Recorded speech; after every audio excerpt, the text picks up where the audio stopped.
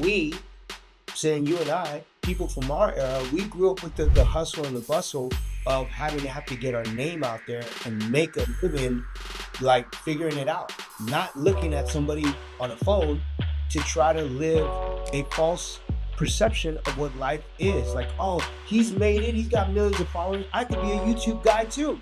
Not everybody can be a YouTube guy. Hey, I'm gonna be honest, I'm a podcast guy. Not everybody could be a podcast guy.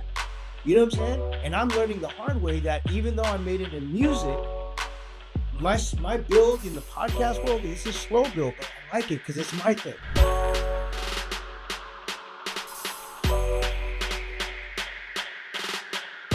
Oh, snap. Can't believe it. Yo, coming into the lab here. Hey, do me a favor real quick, man. Everyone knows who you are already, but just for humor's sake, introduce yourself, your tribe, where you're at, and your favorite cereal. Hola, amigos. What's up, everybody? This is Taboo. Proud to be Shoshone, Hopi, and Mexicano. Also proud to be 1/3 of the music group Black Eyed Peas. Growing up, my favorite cereal was probably... I hated milk, bro. I'm going to keep it a buck. I never liked milk. Ever. I love it. Ever. Yeah. Maybe that's why my calcium was so low, but man, I hated milk. So I would have to say, when I would just eat it out of the box and just, pretend, I would probably say Captain Crunch. Okay. Yeah, Captain Crunch. Yeah. With berries or just straight up? Sometimes with berries, but straight up was my thing back in the day. Yeah. And if you're eating it without milk, berries will come in handy. Bro, I hated milk. Even to this day, I can't do milk, bro. Maybe it's that lactose intolerance. Something, yeah. Yeah. That's dope, man. You the first one is to go straight to the box. I had to, bro. Yeah, let's keep it a buck. When I was watching my Saturday morning cartoons, you know what I mean? Whether we were watching freaking Super Friends or Tom and Jerry, and growing up with He-Man and Masters of the Sun and G.I. Joe, Thundercats. Yes, ladies and gentlemen, I am a nerd. Hence my podcast, Taboo's Comics and Kicks. Yeah. Yes, we're gonna talk about all that. First of all, man, how crazy is it that you said Saturday morning cartoons? Oh, all day. That was a whole era, bro. Come on, dude. Bro. Saturday morning cartoons, like, that's a phenomenon. You took me back with that. Just remembering that there was a time you had to wait all week long, man. You had to wait all week long. There was Saturday mornings, bro, and we didn't have cable at that time. Not to date ourselves, but just to be a buck and keep it 100. Saturday morning cartoons were everything, and that's where the excitement around being at home watching television early in the morning, waking up to watch those programs and get inspired from the storytelling and the characters and the voiceover actors and all the things that the music, everything that came with the nostalgia of that time period is something that, I value still to this day. Speaking, man, so you were one of my first guests years ago when COVID happened. I piloted these ideas. You better know it. It's time to go one-on-one with Emcee One. My whole mantra has been just trying to showcase good people doing good stuff in the earth to move the narrative, to be a conduit of positivity. And you were willing to sit down with me back in the day. So there's an episode that exists from COVID, and I encourage people to go back, check that out, because we kind of ran the gamut on that one about your, upbringing in the P's and dancing, battling, getting my chops up, sharpening my swords, as I said. It's like every time I had an opportunity to battle, that was my thing. Like, I always went in ciphers and circles, and that was my claim to fame. Is like, if I could battle crews, one-on-ones, that's all I wanted to do. And all the way into Translation, that album. Yeah. And your journey reconnecting with your Indigenous roots, and that's on file for people to go check that episode out. And us going all around the world together. And I encourage people to go check that out. We still got a lot of tour. We still got a lot of dates and tours and keynotes and speaking engagements to do in 2026, bro. Let's be honest. We are going to catch all that up. A lot has changed since then. And again, my goal has always been to highlight good people doing good work in the earth. So with that, I want to jump into some special positivity that I've seen online with you getting to work with your daughter, Jet. Let's unpack some of that right off the bat.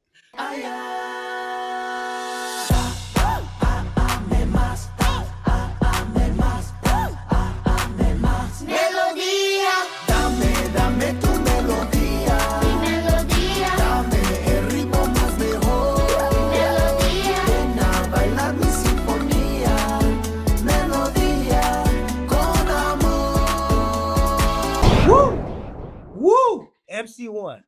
Now, ladies and gentlemen, if you guys know the love and appreciation I have for my family, you've seen me time and time advocate for being a girl dad, loving, the fact that I'm not condoning being a teen parent, but that was my story. I had my son Josh at a very young age. So I had to really fall into parenthood at a very young age and understand parenting, not just providing, but actually being present, nurturing, supportive, you know, being connected to being a parent and really understanding what those responsibilities and roles and values and all the things that come with that.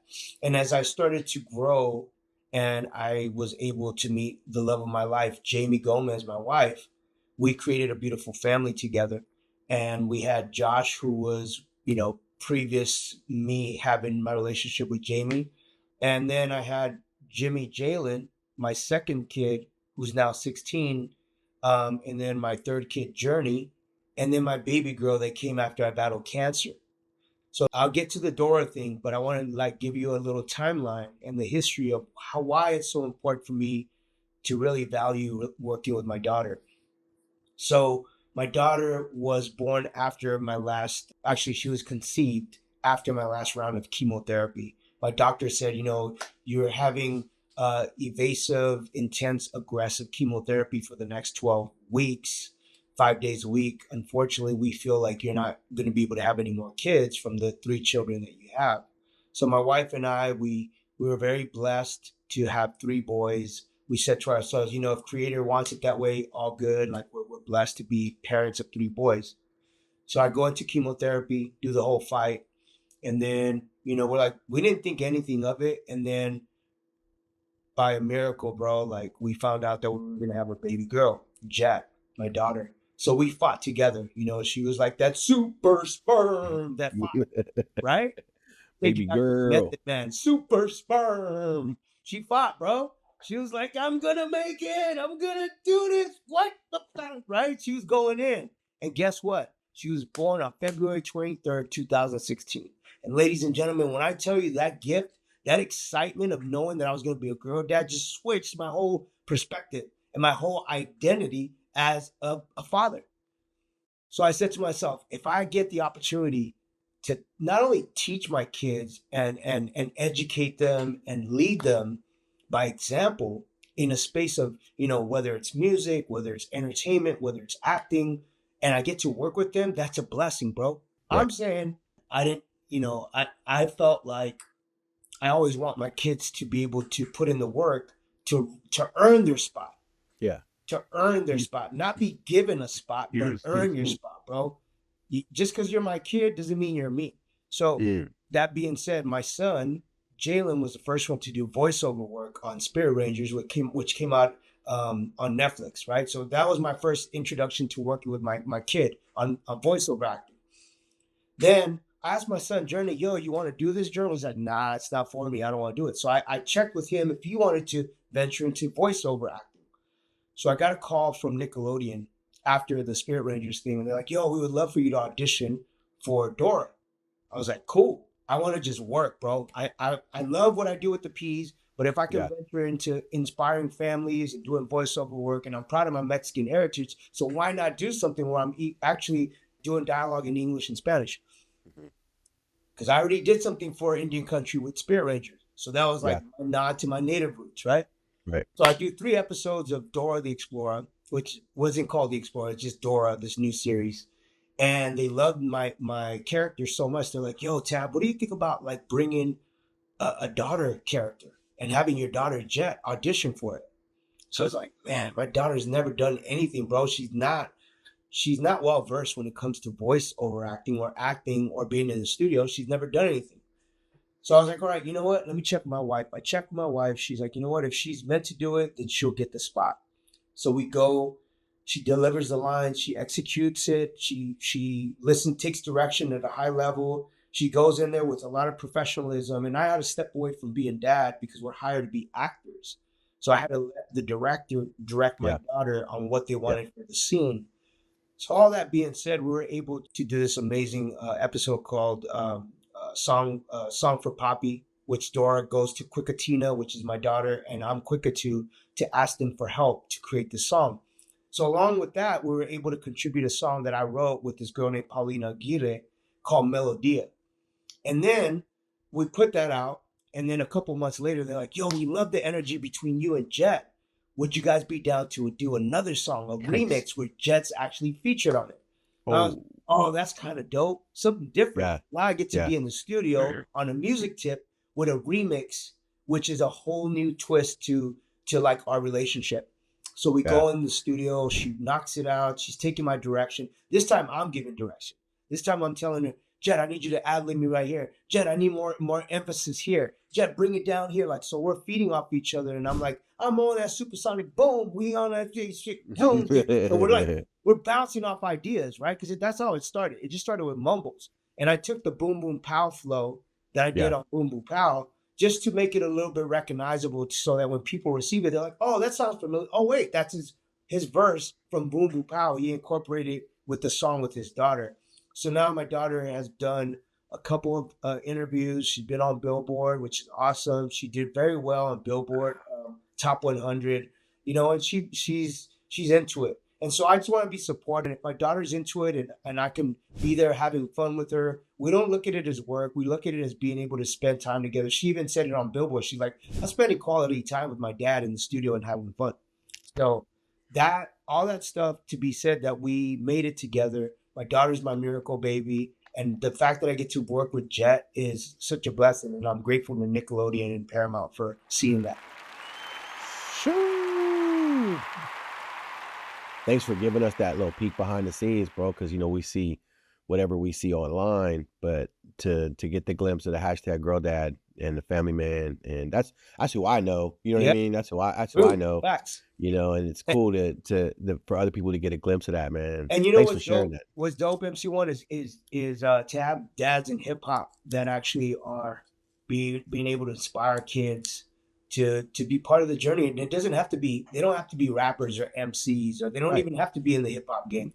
If they want to be in the voiceover world, if they want to, play an instrument and learn how to score a film or be behind the scenes, playing the piano, like I encourage all that stuff, all the creativity, all that outlet, because honestly, I don't ever want to limit my kids to following in my footsteps, because I want them to be a better version of themselves, not better version of their dad, because I don't want to compare. We're different people, bro. You create your kids to be, great human beings. You adult, you parent, you do all the things that you need to do to prepare them for when they're adults and they can live their lives. But you never want them to be like, I have to be like my dad. No. I don't want you to be like me. I want you to be yourself and chase your dreams and your aspirations. And if it does happen that you choose to be in the entertainment world, I'm going to support and nurture you, and nobody's going to mess with you, because I've been in the game for 30 years. So I know the game, bro. So there's no way that somebody's going to come in here and try to like pull a wool over my kids' eyes, because I'm always going to be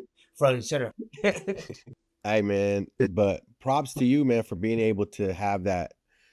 You're saying you don't want to be a dadager, or like how some people are momagers, where they're the parent version of the manager, where they have to like live vicarious. Instead, you're the protector. Yeah. And if you are the management style, you're just there to make sure that ain't nobody pulling no wool over here. Honestly, bro, and I don't need, like, most of the times parents that manage are not part of the industry, so they need to have the management be their career. So that's how they make money. I don't need money for my kids, bro. Right. I don't, for me to guide them and to shape and mold their journey. And if they want to do this, no, I don't want to get paid off of your stuff. Let me just be that person, the conduit that allows these dreams to be like options and opportunities. But you have to do the work. You have to take the roadmap and go and walk the journey on your own. I'll be there with you, but ultimately you're the one that has to get in front of the director and do the voiceover work. I'm not going to do it for you. You got to put in the hours. You got to put in the time with the coach. You got to put, if you want to play basketball, you got to put in the time dribbling and shooting free throws, and all the things, the fundamentals and the tools that you need to do to become that person that you want to be. So that's great. That's right on the money, bro. Yeah. My son is kind of like a cinephile. Like he's really into like movies and theatrics. He loves movies that are like kind of almost out there, and when you get them, they're like real artistic. and when I see a movie, it will come.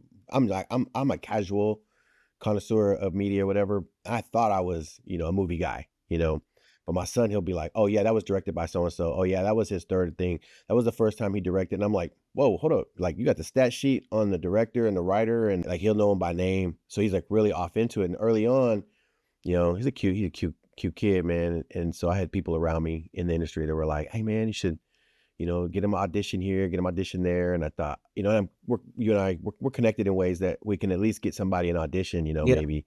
Yeah. And I remember my wife and I talking about it, and the dadager kind of could come out. I remember thinking about maybe helping him, get into a film or get into a thing, and we were taking headshots, and then it just didn't really feel like it was a passion for him to be on front of the camera. He's more of a behind the scenes guy, Yep.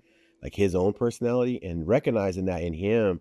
And I talked to him about it a couple times, but when somebody had turntables open, you couldn't tear me out. Like they would have to close the lights on their own apart. Like when I met people with gear and they would let me DJ, like you couldn't keep me out of their house. Yeah. Like I was like, "Hey bro, what time can I come over? Mhm. How late can I stay? Because I'm Yep. gonna be messing with your tables until, because that was what I mean, you couldn't hold me back." And so I kind of want that to be what it is for him.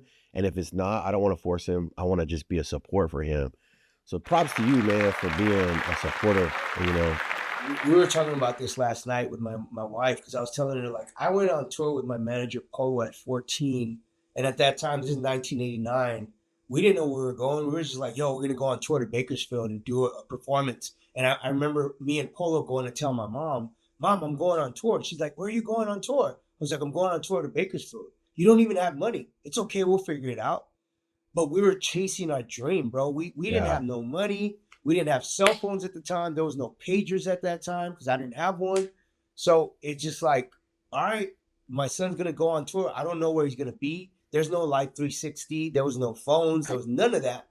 But the reason why I'm telling you this is because we had this hunger that a lot of kids are watching other kids here living out Hmm. their dreams. They're watching this. Yeah. Oh wow, that guy's he's he's with Mr. Beast. Oh wow, he's with Mr. Da da da. Oh wow, they're Yeah. doing this. Oh wow, like it's here, right? Yeah. Yeah. We didn't have this.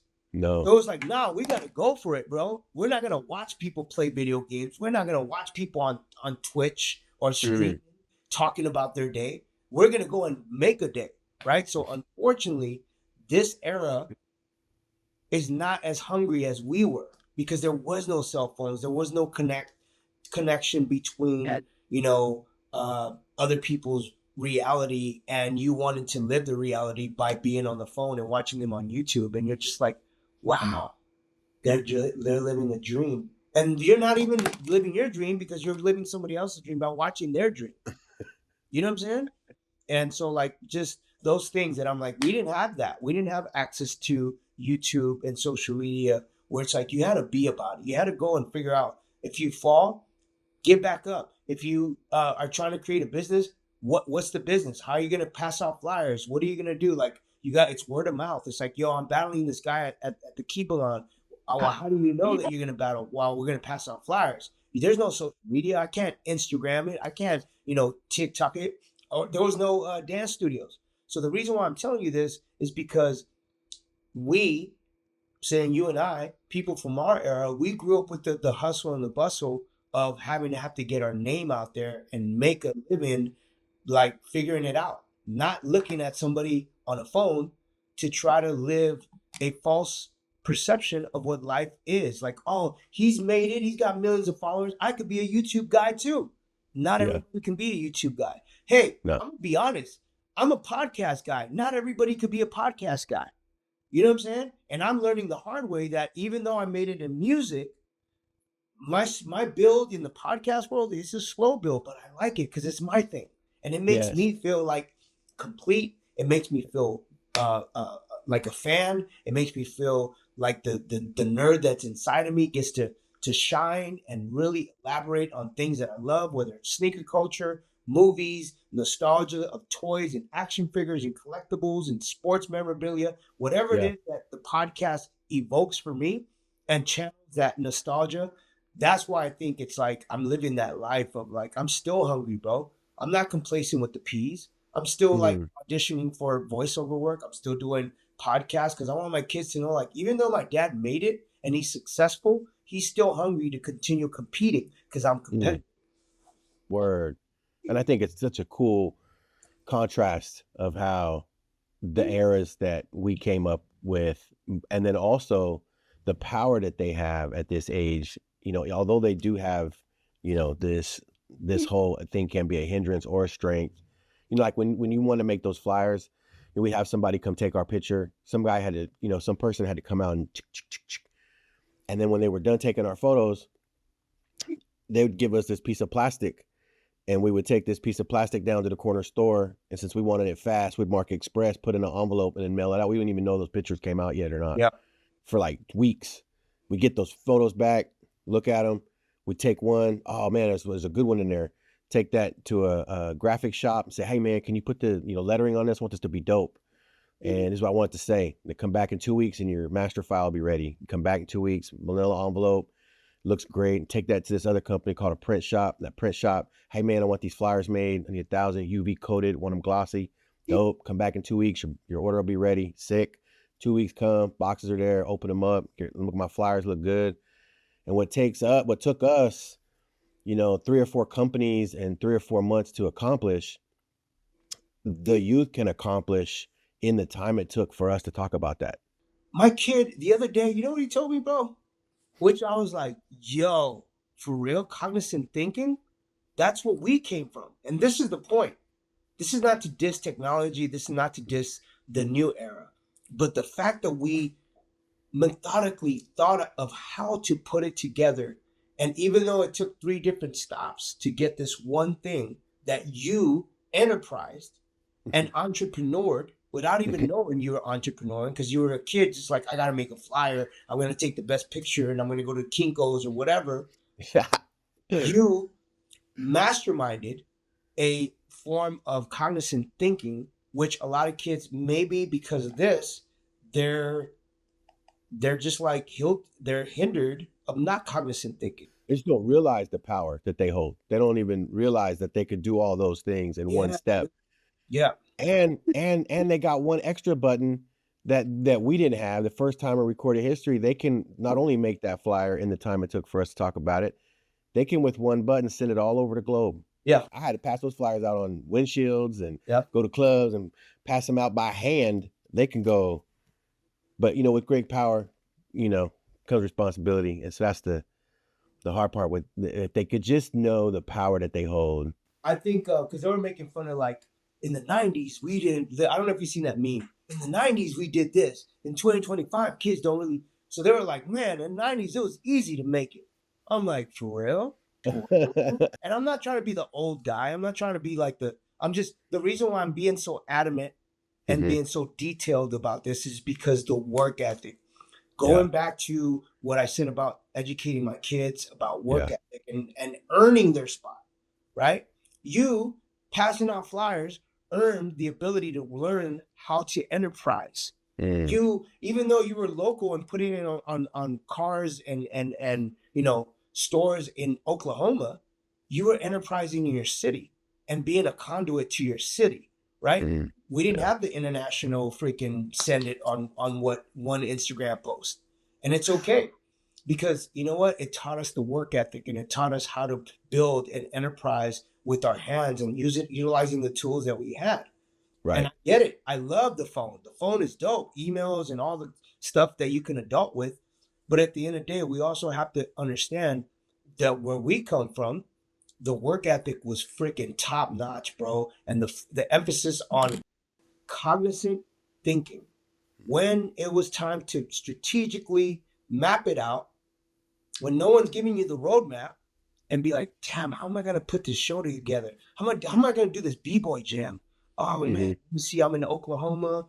I got these B-boys. I got these DJs. I'm going to have them. I got this venue. Let me go see how I figure out to parlay this venue and then let me see how I hit up these b-boys to come and battle at this event. So it's all enterprising, bro. And you told me the story about the b-boy jamming. So all Shout that out stuff Coach Shock Camp. all that being said, bro, it's just the enterprising and the cognizant thinking and the way that we were able to understand the work ethic of all those steps to get to where we're at now. It's like now we have the capabilities of using Serato. What did you say earlier? I Right. couldn't wait to see if someone had equipment, I would be there the whole day. When you started, there was no Serato. There was no No laptop Serato. for you to play No. music from. It was like you, hey, yo, I got my crates, bro. I got my Yeah. 12-inch vinyl, and you're carrying Mhm. crates. And you're learning how to freaking jigga. Oh, damn, I just crashed. Jigga. Needle skip. You know what I mean? You know, skip. All that stuff. But it was work ethic that got you there. Yeah. My goal or my hope is help to combine work ethic from our era with their power that they have now. What a synergistic power load that would be if they tapped into both. That's the message here is I want to make sure that people receive my perspective as like not the old guy, but the guy that just wants to champion the idea of work ethic. Along with the beauty that is technology, that is phone. It's all good, bro. We got to utilize the strengths. It's like, I remember going to Blockbuster and going down on the thing and wanting to rent movies. Now we just go streaming platforms, Netflix, to watch the movies. You know what I'm saying? Blockbuster dates. Yep. Oh man, saving up so I could rent not only the movie, I could rent the VCR. Sheesh. Woo, the Oh man, VCR. VCR. Somebody go Google what VCR is. Oh my God.